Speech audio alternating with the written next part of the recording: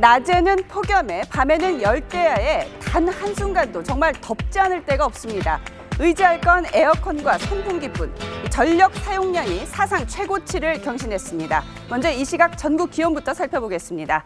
오늘은 또 얼마나 찜질방일까요? 네, 서울이 34도, 대전 32도, 전주와 광주가 34, 35, 강릉이 29도네요. 대구가 33, 부산 31도 보이고 있습니다. 서울이 대구보다 더 덥습니다. 폭염 때문인지 바다에서도 이상한 일들이 벌어지고 있습니다. 전에 없던 상어와 그리고 이 사람 키만한 초대형 갈치가 경북 영덕 앞바다에서 잇따라 출현을 했는데 동해안 수온이 올라가면서 먹이를 찾으러 올라온 것으로 보입니다. 더위 먹는 것은 초대형 갈치도 마찬가지인지 잡힐 당시에 기진맥진한 상태였다고 합니다. 자, 이 폭염에 모기조차도 죽을 맛인가 봅니다. 이맘때쯤 기승을 부리던 모기떼가 올해는 개체수가 확 줄었습니다.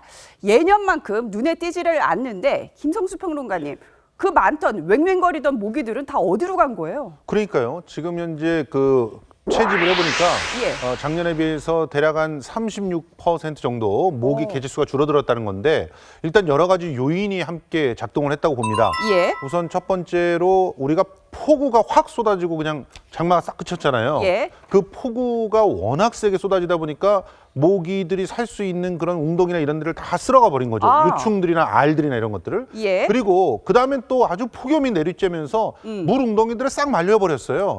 그러니까 모기가 서식할 수 있는 장소들이 채 생성이 되지 않았고 그리고 또 지카 바이러스 공포 때문에 모기 방역에 2배 이상의 공을 들였습니다. 올해는 3월서부터 방역에 들어가서 그야말로 모기 씨를 말려버리다시피 했다라고 하는 건데요.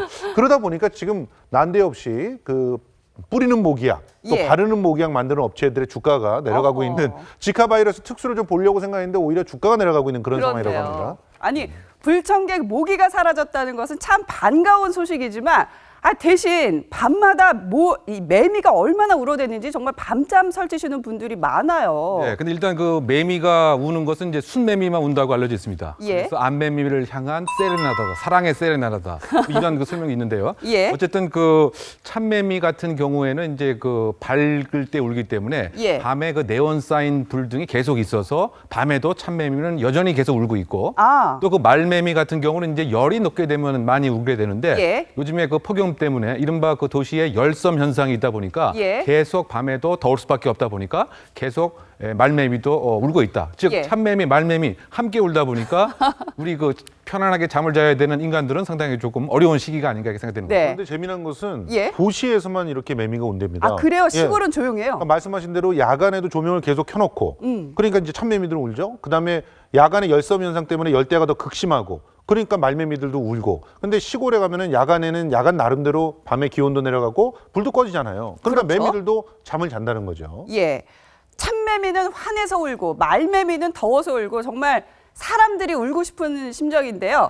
이 조그만 매미가 정말 몸집은 작아도 기차 화통 삶아 먹은 듯한 정말 우렁찬 소리를 내고 있습니다. 매미 소리가 실제로 얼마나 큰지 저희들이 조사를 한번 해봤습니다. 자, 이 종류별로 목소리가 좀 다릅니다. 호주 삼각머리 매미 그리고 배주머니 매미가 제일 시끄러워서요. 이 소음 정도가 120데시벨. 어느 정도냐면 항공기 이착륙에 버금가는 크기라고 합니다.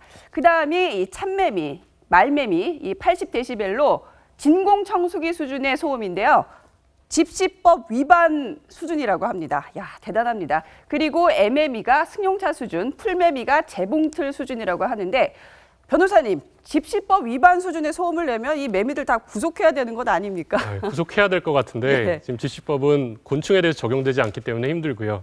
다만 방역 작업을 통해서 요거를 다 잡으면 어떨까라는 생각을 하시는 분들이 있는데 곤충들에 대해서는 매미는 방역 작업의 대상이 되는 곤충에 해당이 되지 않기 때문에 모기처럼 씨를 말렸다시피 하는 그런 대대적인 방역 작업을 하면 안 되나요?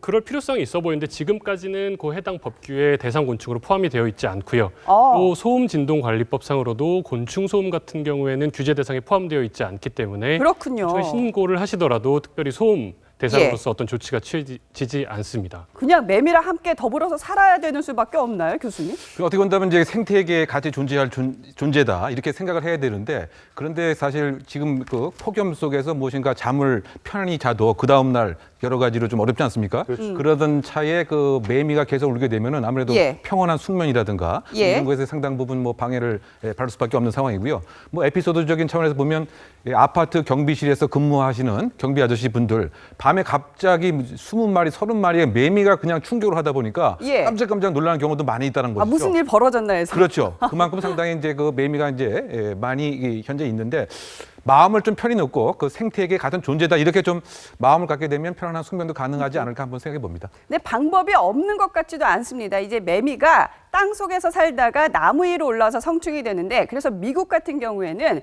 이 매미가 나무 위에 그 기어 올라오지 못하도록 그 미끄럼 장치를 한다고 합니다. 그래서 소음을 방지를 한다고 하니까 우리나라도 한 번쯤 고려해 볼 만한 이 방안이 아닐까 싶네요.